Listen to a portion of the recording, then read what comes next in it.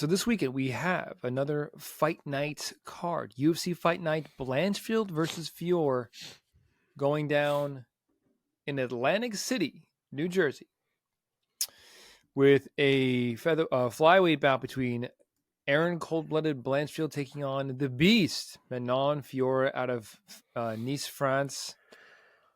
Let's get into this fight card rather. Before we do the main card, what's the one preview that you guys want to talk about real quick?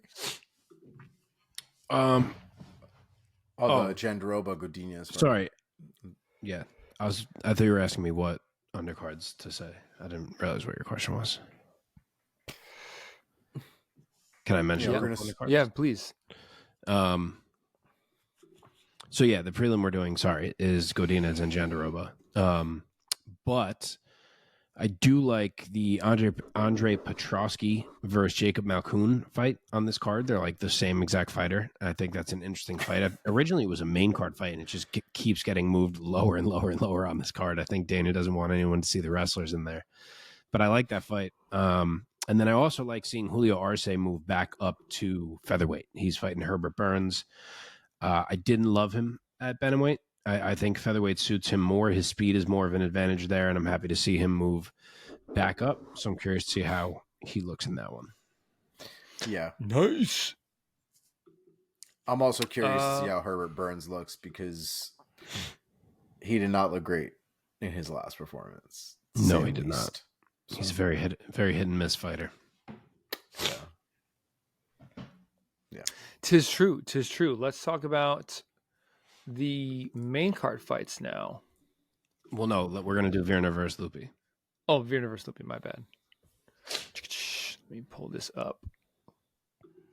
Which I don't know why the fuck this fight is on the prelims with these random fights above it on the main card when it's literally number 5 versus number 10. But for me, it's like if you're going to make them a prelim fight, and that's fine, make them the headliner at least. But they're not even that. I don't get it at all. I really don't. And it's not. And to be fair, there are times where there are fights between two women that on paper may not seem like they're going to be super exciting. This is fucking not one of them. Jandiroba versus Luque is on paper a fantastic fight, full of nonsense that could happen. Like I don't get. And not only that, but at a certain point, you have to respect people who are high level in their divisions. Like I'm not trying to hate on people, but like Rhys McKee, I don't even think has a UFC win yet. And he's on the main card, and the 2 girls who are top 10 in their division are not on the main card. Like, I get it. You're trying to put exciting fights on the main card, but like at a certain point, I think these girls need to have their respect and not be 8 fights down the card. Yeah, man. So Jandiroba, 19-3 as a pro. And let's see, she is 35 years old, out of Brazil, of course. She's 5-3 in the UFC. And she's coming off back-to-back wins over Angela Hill and Marina Rodriguez. Lupita Godinez, out of Mexico, of course, 30 years old, 12-3 as a pro, 7-3 in the UFC. Let's see. She's riding a nice win streak, 4 wins in a row coming into this weekend. Mark, go first. All right, so Luque is a 2-1 favorite, even a little wider than I thought it would be. She's exactly minus 200, and Virna is plus 170. 1 inch of height and 3 inches of reach for Virna. I doubted Virna in her last fight against Marina Rodriguez, and she won it without any issue. She controlled Marina all fight long. So I'm a little nervous to doubt her again here, but that is exactly what I'm going to do. I think that Luque is a difficult matchup for her. I think Luque should be the stronger of the 2 of them. We just saw her stuff a bunch of takedowns against Tabitha Ricci, and I get it, Ricci and Virna are different in their approaches to the takedown, but I'm still encouraged with the defensive wrestling that I've seen from Luque lately. And overall, I just think she's the more well-rounded fighter by a pretty long stretch. Anytime that she can force Virna to exchange on the feet, I think is going to be time that Lupe's piecing her up. Her hands, and really her whole game, but specifically her hands, are only getting better every single time we see her, and I think she can get this done. So I'm going to go Luque Godinez to win a UD. Omar. I would agree with that. I think Luque is going to be the stronger fighter. At this point, I just think that I've seen I've seen the improvements from her, and I'm hoping though that kind of momentum continues. It seems like she's found a relationship, I believe, with Alexa Grasso in training, right? Yep. Yep. And I think we've seen a lot of the results so far, a lot of the fruits of that labor. And while Jandiroba, I think, is an absolute beast on the ground, man, I think that Lupe has just been working a lot more.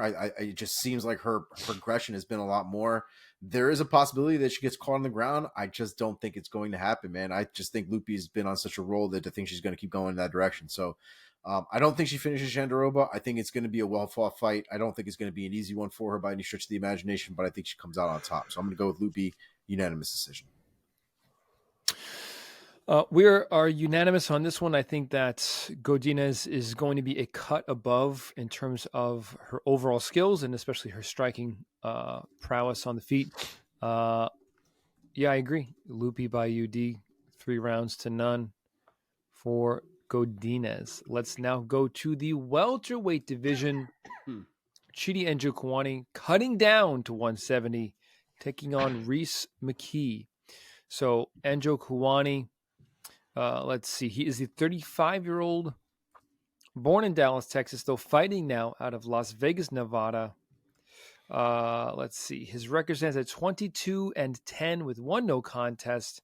He is 2-3 thus far, a losing record, though not a ton of fights in the UFC. 2-3 in the UFC, 5-3 under the Bellator banner, though. And he's looking to right the ship here, being on a 3-fight losing streak in the UFC. So he won on Contender Series, then won his first 2 back-to-back fights in the UFC, and now is on a 3-fight skid, losing to Hobokop, Duraev, and most recently Algeo. And all of these were at 185 pounds.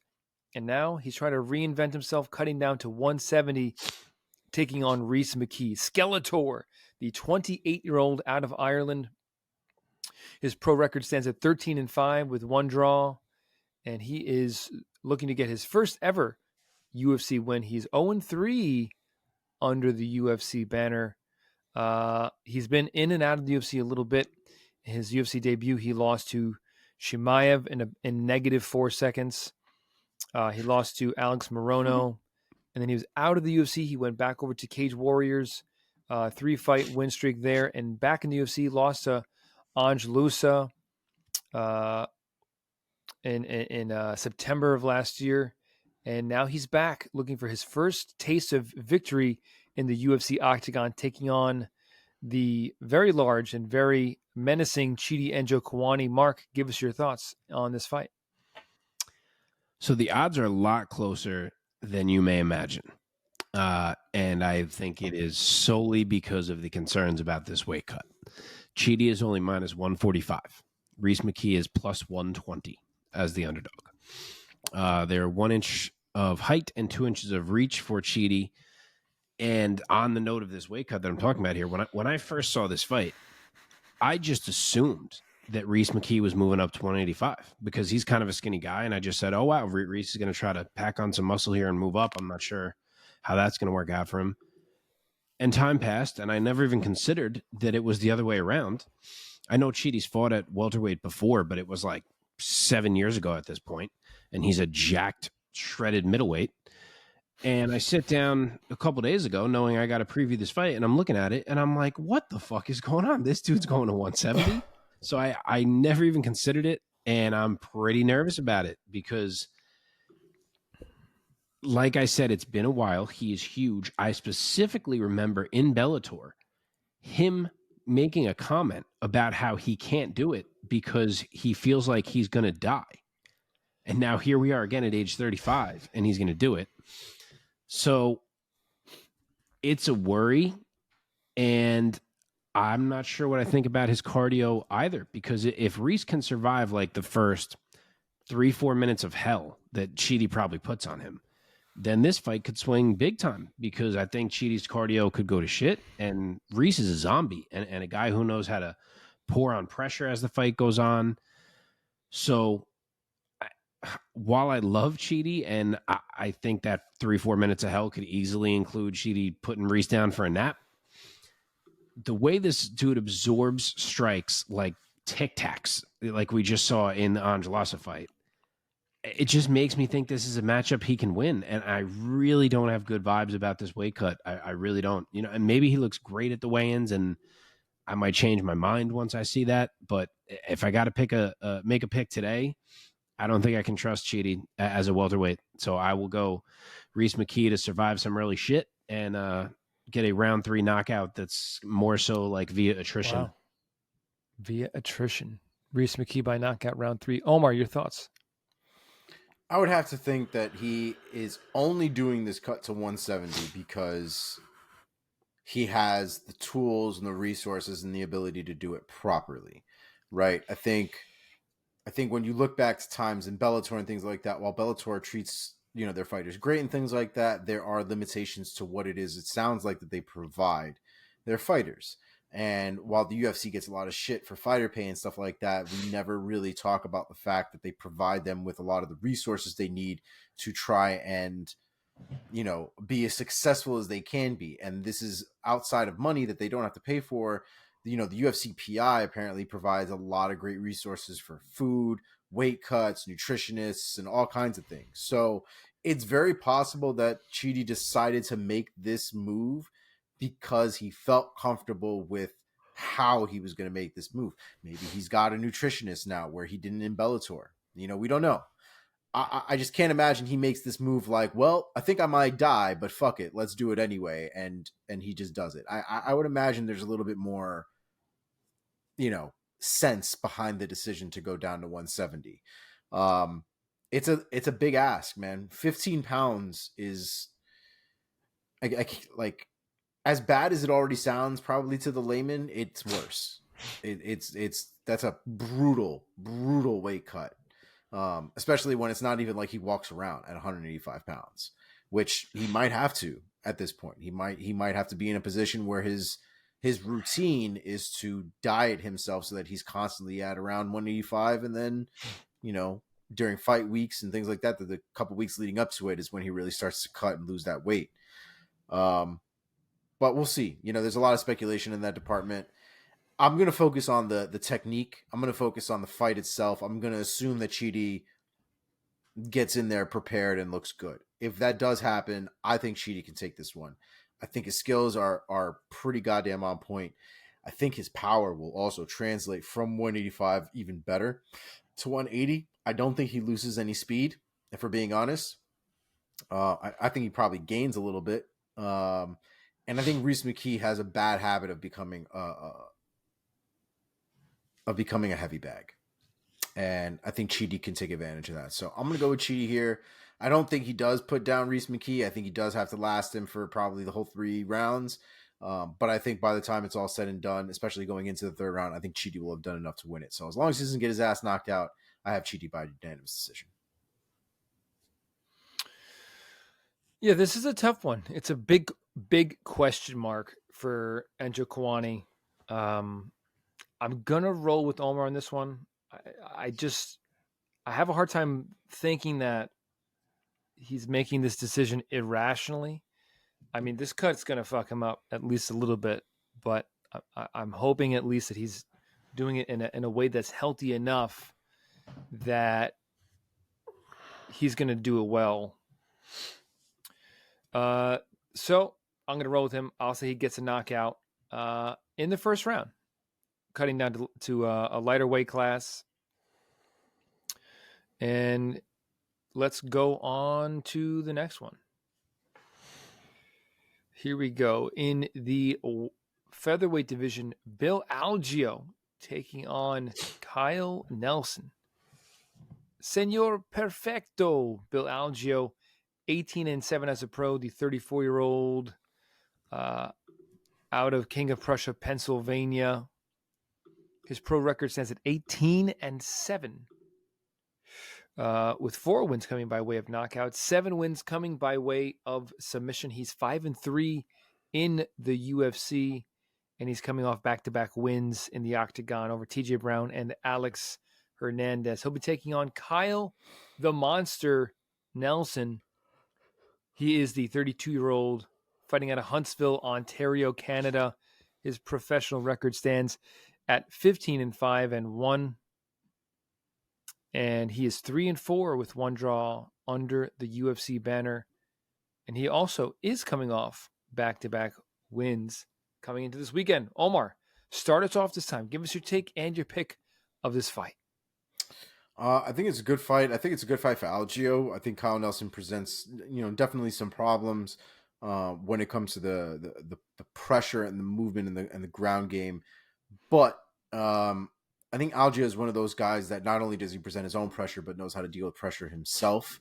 And I think Algeo will have more success cutting angles and getting and taking advantage of the moments just after he cuts angles. So I expect a lot of movement from Algeo in this fight. I expect Kyle Nelson to probably be a step behind a lot of these sequences and these exchanges. Kyle Nelson's a durable motherfucker, though, and that's kind of the problem. So I think Bill Algeo is going to have to do it at least for 2 of these rounds. I think he can get it done, but I don't expect it to be an easy night for Algeo. So I'm going to go with Algeo here, unanimous decision. Okay. Mark? So Algeo's favorite, he's minus 230. Kyle Nelson is plus 190. Algeo's an inch taller. He's going to have a 2-inch reach advantage. And yeah, I really don't feel like I'm ready to pick Kyle Nelson to beat Bill Algeo, man. I know Nelson is in the best form we've seen from him coming into this fight, and there's a world where he ekes this out. But if we look back at this little streak of his of a draw and 2 wins that he's on right now, the draw was really a loss to Choi. Then the Builder one was because Builder could only wrestle. And the Padilla one was because Padilla fought like he didn't care. So for me to look back at those things, picking him to beat Bill Algeo just feels like too big of a step to me. I think the violence is on the side of Bill Algeo in this fight. The pace is on his side. Even the wrestling, I think, is on his side if he decides to go that route. So I'm going to side with him. I think he can walk Nelson down a bit. I know Nelson always stays in that shell and that he can fire some hard, straight shots, but Algeo does a really good job to me of rolling with shots and moving his head, and I just think he can stay safe enough and get more done in this matchup. So I'll go with Bill Algeo to win a UD as well. We are unanimous once again. I'm a fan of Bill Algeo. I think he's super skilled. I think he's a guy in this division who kind of goes a little unnoticed because the division is so stacked, but I think he's super talented, and I think he has the skills to notch a UD over the monster, Kyle Nelson. And we move on up to the middleweight division with Nursulton Ruziboev. I'm probably butchering that name. No, you got That was good. Oh, thank you. Taking on Sedriques Dumas or Dumas. That I don't remember, actually. I think it's Dumas. Probably Dumas. Yeah, Dumas or Dumas. I think that's it. Okay, let's see here. So Ruziboev, the 30-year-old out of Uzbekistan, his pro record stands at 33 victories with 8 defeats, 2 draws, and 2 no contests. This 30-year-old has been around the block. He's 1-0 thus far in the UFC after winning his debut over Bruno Ferreira back in July. And now he's back taking on Sedriques Dumas, the Reaper, the 28-year-old out of Pensacola, Florida, USA. His pro record, 9-1, 2-1 under the UFC banner, with 4 of his 9 wins coming by way of knockout, another 2 by submission, only 3 wins going the distance, and he is riding a back-to-back win streak as well coming into this weekend. Omar, start us off. Give us your take and your pick. Yeah, I think we've definitely got a relatively interesting style matchup on here. Ruziboev, while he's, does have some solid kickboxing, I would imagine is probably going to be looking for the takedowns here. He's going to be looking to take this down to the ground. Dumas doesn't necessarily have, the repertoire of the wrestler or anything like that. So I would assume the path of least resistance here is to not stand up with the kickboxer and Dumas and take him down to the ground. And I think Dumas has shown some competent striking. You know, he seems like he's decent enough. I don't know. I'm not really sold on either one of these guys. I think they're still very early on in their career. I haven't seen anything from either one that strikes me as something amazing or extraordinary. But I think it should be a fun fight. I would imagine Ruziboev can control a good majority of this fight, especially if he's able to take it down on the ground. So I'm going to go with Ruziboev here by decision. Mark. So he is a fairly big favorite. He's minus 265, Ruziboev, and Dumas is plus 215. 3 inches of height for Ruziboev, but 3 inches of reach for Dumas. So that's interesting. It's hard for me to evaluate Ruziboev in the UFC thus far off of a 1-minute debut. I mean, we know his skill set from prior to entering the octagon. He has a ton of finishes by both strikes and by submission. So obviously he's a dangerous guy and he can do it everywhere. And I think just off of that, it's easier for me to trust him than it is to trust Dumas. Because yes, Dumas beat Brundage, but it's a fight where Brundage wouldn't stop jumping guillotine the whole fight and kept putting himself in bad spots. Then he beat Abu Azaitar, but I thought it was a fight where neither of them really looked great. So I'm just not overly impressed with Dumas thus far, and it's easier for me to side with the finishing ability of Ruziboev here. So that's what I'm going to do. I think they're similar fighters, but that Ruziboev just carries more danger in all these areas. Like I think he can strike with Sedriques, and I think he can tap Sedriques potentially. So that's what I'll pick. I'm going to go round 2 sub for Ruziboev. Tell me again the odds. How far apart are they? Minus 265 Ruziboev, plus 215 Dumas. That's about right. I mean, you guys know me. I like picking the younger bucks over the older guys. Ruziboev isn't that much older. There's only about a 2-year gap between the two. But to me, I'm going to go against my usual picking trends. And I'm going to go with the experience of Nursulton Ruziboev over the young up-and-comer who's only 9-1. This record just impresses me. I think the guy has a ton of fights. I mean, I don't think he does. And just a ton of miles and experience, and I'm going to go with that. I'm going to say he gets a UD over the up-and-comer in Dumas. Okay, going to the middleweight division, Bruno Silva taking on Chris Weidman. Bruno Silva, blindado, the 34-year-old out of Curitiba, Brazil. His pro record stands at 23-10. Under the UFC banner, he is 4-4 even, and he is riding back-to-back losses. And he's has lost 4 of his last 5 in the UFC. The only one win being over Brad Tavares. He lost to Alex Pereira, Gerald Mearshart. Then he defeated Brad Tavares. Then he lost to Brendan All-In Allen, and most recently he lost to Shara Magomedov back in October. And now he's back, stepping back into the UFC octagon, taking on the former UFC middleweight champion, Chris the All-American Weidman.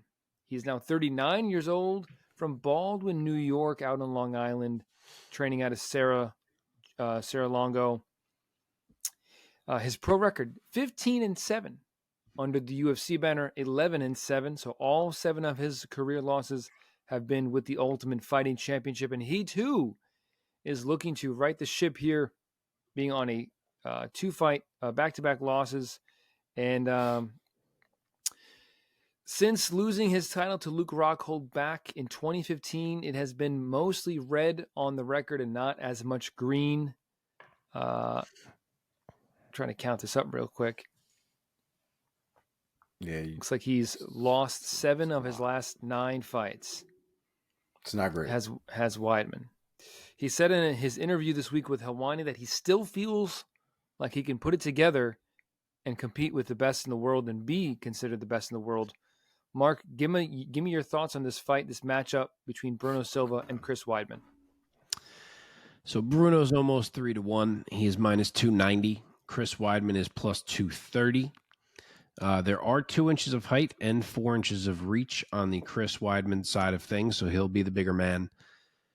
But I just can't pick Chris anymore. I really wish I could. Love Chris Weidman. I wish that we were not at this stage. And as much as I like Silva, I do think that prime Chris Weidman would have absolutely handled him. But we're talking about 39-year-old Chris Weidman, and his body is completely failing him. Even his chin is not the same. And I just don't think that's a great recipe against Bruno Silva. Like, I get it that Bruno has lost 4 out of 5. It's not like he's some unbeatable guy. And if Chris ever got a couple takedowns, a submission is absolutely possible for him. But Bruno's still a guy who struck with Alex Pereira for 15 minutes, who finished Brad Tavares with strikes, who even against Brendan Allen had some solid blitzes in moments. And I'm just not sure I trust Chris to deal with those blitzes. Maybe he does, and maybe he finds a takedown and some crazy transition, and we're all like, wow, look at this moment for Chris Weidman. But I can't bet on that. So I am going to go with Bruno Silva to win via round 2 TKO. Omar. Yeah, I think one of the reasons why I want Chris Weidman to retire is because I'm tired of having to choose who to pick in these fights. I hate picking against Chris Weidman, but I also don't want to pick Chris Weidman. It sucks, man, because I'm not even excited for this fight because it's Bruno Silva, like you said, isn't necessarily this world beater, but the Chris Weidman we saw against Brad Tavares was not too many hits away from essentially being a walking punching bag in that fight. And Brad Tavares frankly held back. We could argue different things here and there, but Brad Tavares held back in that fight for whatever reason. Respect, whatever. Respect, yeah, totally. Yeah, some guys would argue that holding back isn't respectful, but really? we don't need to go. Yeah, we don't need to go down that path. That doesn't matter. The point is I do think that Tavares held back, and I don't think for a second that Bruno Silva is going to hold back. Bruno Silva is of the shoot to box wild childs down there. And I think if he has the opportunity to murder Chris Weidman, I think he will. So I think people who are more technical than Bruno Silva, like we've seen, can do well against him. I think people who can stop his aggressive forward brawling style can do well against him. Chris Weidman just hasn't shown any of those abilities in quite some time. So I'll be rooting for Chris Weidman, but I don't expect to have any success with the rooting. So I'm just going to go with Bruno Silva by unanimous decision. Man, as much as I want to say this one, this is a feel pick. Chris is going to do it. He's going to roll back the clock. Guys, it just wouldn't be a smart pick. It just wouldn't be a smart pick at this point. So kids, if you're watching this, it wouldn't be a smart pick. Same ditto on all the things you guys said about Weidman. Loved him during his title run. He finished Anderson Silva technically twice. Crazy stuff. Defended the belt a couple times. And then what happened. What happened. Dog, outside of his run through of the Brazilian legends, outside of that run, he's won twice. Yeah. That sucks. That is rough as hell. The man has won twice since 2015.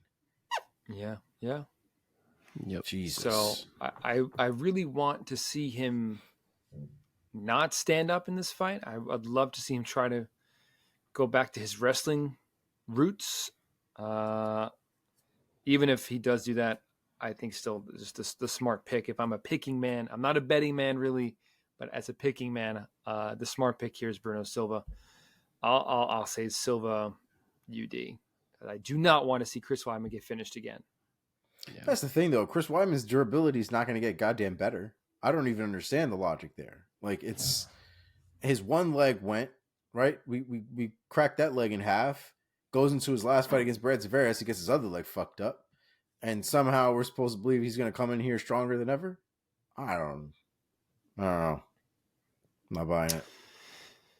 Yeah, it's like I wonder. I guess it's his competitive spirit at 39 years old. Like why he wants to keep going in there against other killers. I mean, he still believes that he himself is a killer, and he is in a certain degree. But it also makes me think of things like fighter pay a little bit of like how much money is Chris Weidman going to make during this fight? Is he going to make how far into the six figures do you think he's going to make from this fight? 200, 300 for this as a former champ? I would imagine he probably gets, I would say, at least $200,000. Which, in the long run, as a 39-year-old, to sustain you for the rest of your fucking life with what has he got, like 4 kids? Yeah. I would imagine though Weidman's make way more than that. So. Yeah, Weidman, I would assume like a lot of other guys, especially having the circle, with the Iaquintas who do the real estate and all that stuff. I would imagine he's got. Financially, he's probably got some investments that he's probably he good seems with like he's been smart like that, for sure. Yeah, I don't know, man. Too, partially. Oh, he does. Right.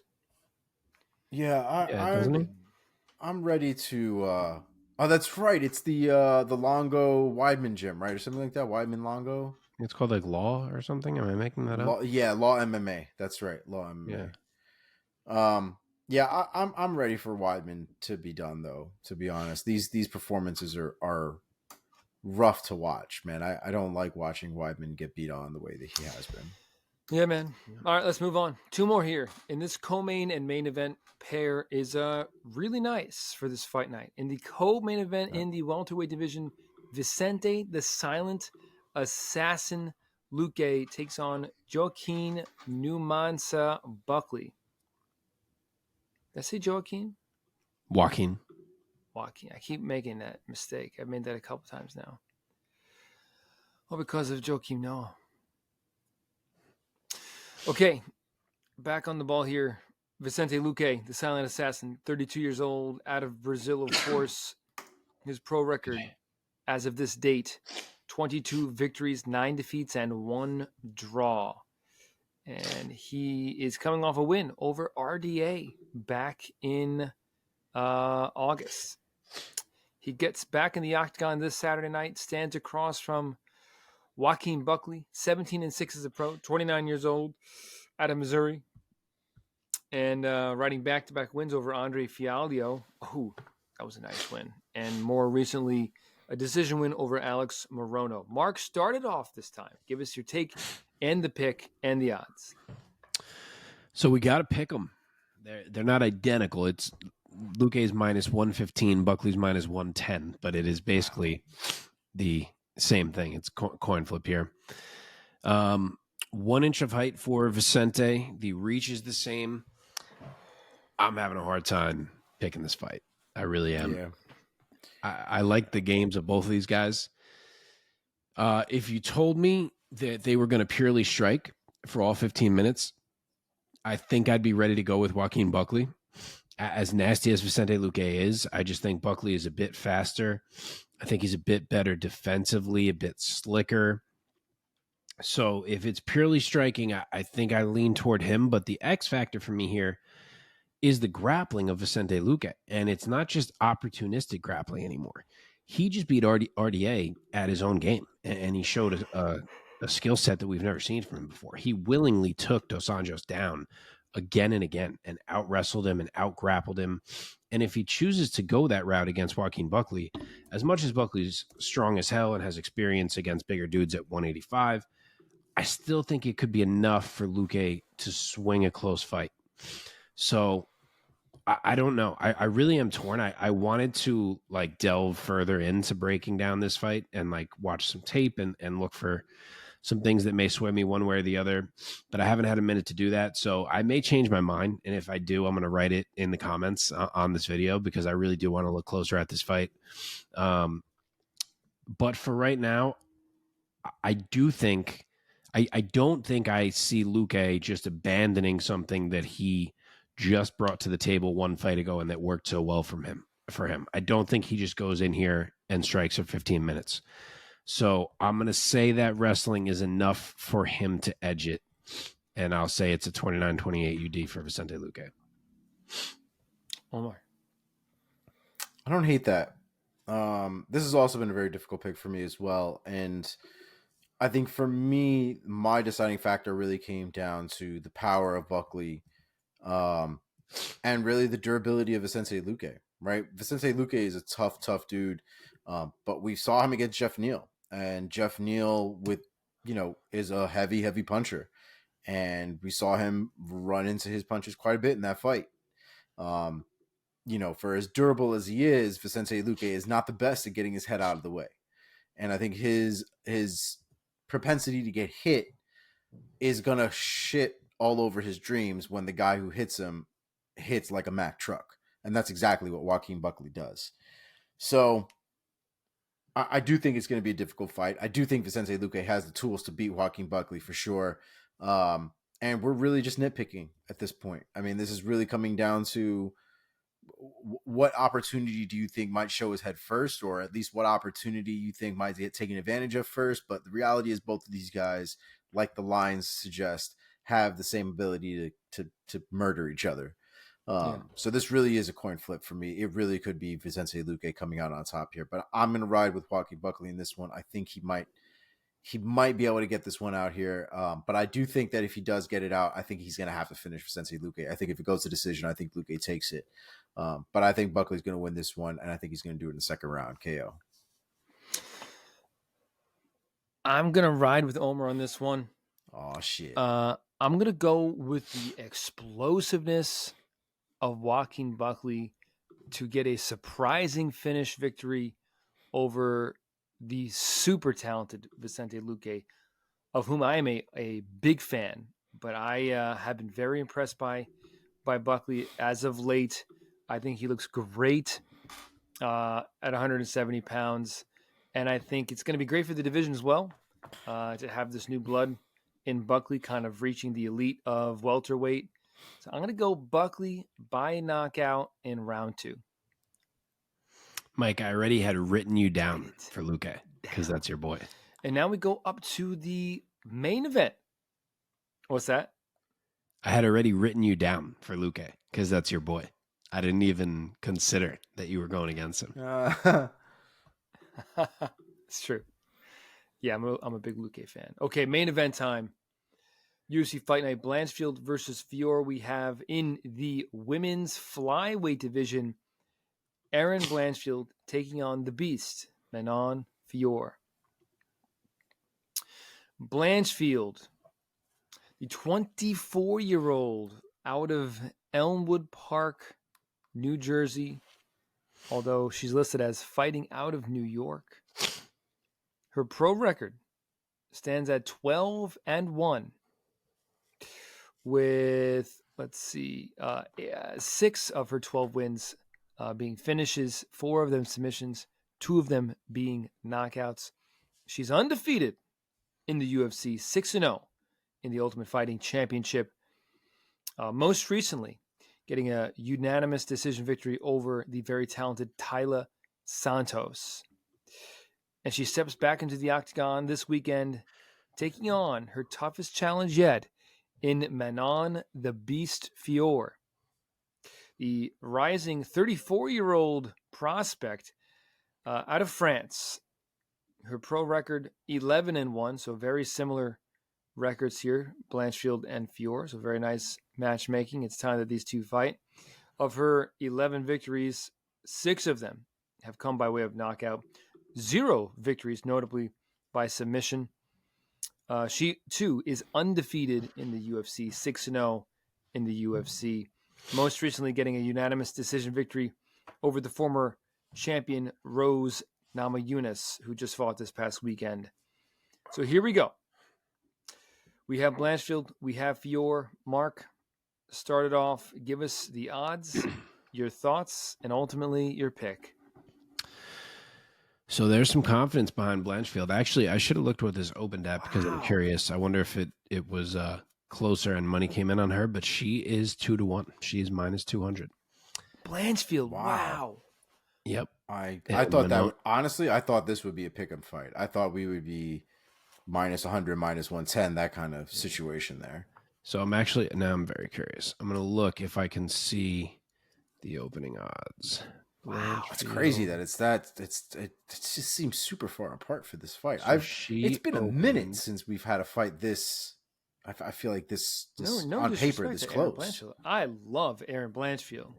She opened at minus 142.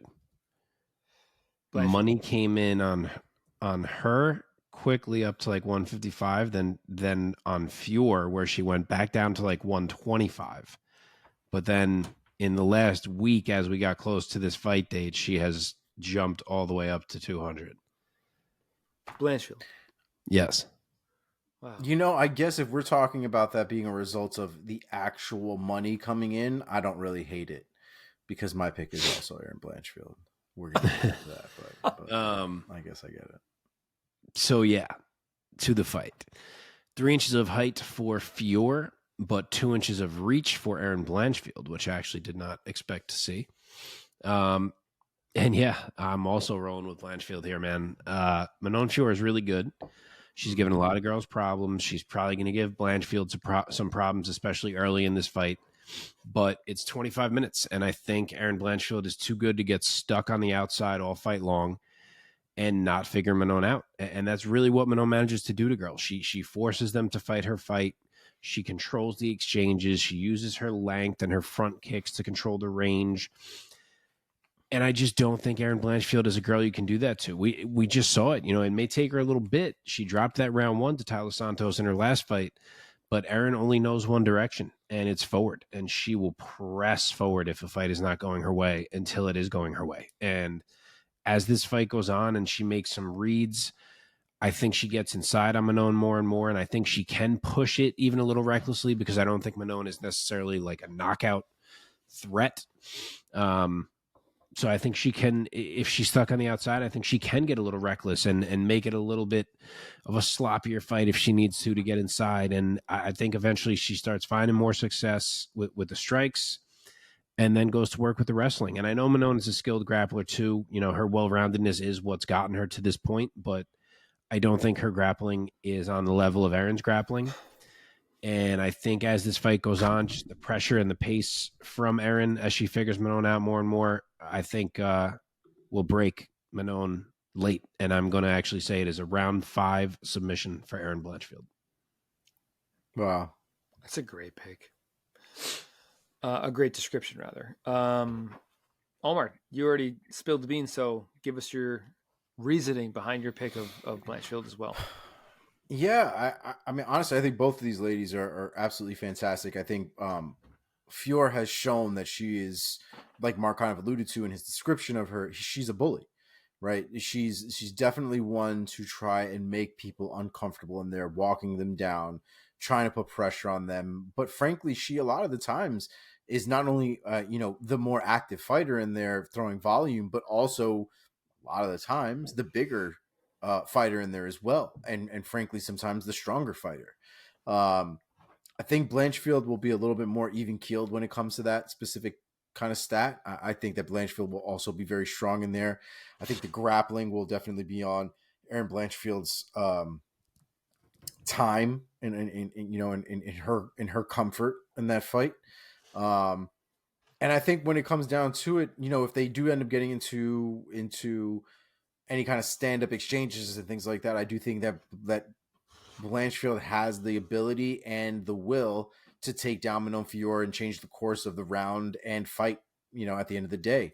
I think Fior is very good. And just like Mark, I do think that it's going to be a hard-fought fight. I don't think there's any part of this fight that's going to be easy to win. All right. I don't think at any point any one of these ladies are going to be cruising in this fight. But I think the fight gets reckless. I think the fight gets wild. I do think we reach the 5th round, but I don't think we get a knockout. I think we get Erin Blanchfield hitting a rear naked choke at the final moments of the round 5. I'm going to go Erin Blanchfield submission round 5. I cannot believe we both took submission round 5. That's wild. This is going to be a crazy ass fight. Like, I fully believe this is going to be a crazy ass fight. Could be.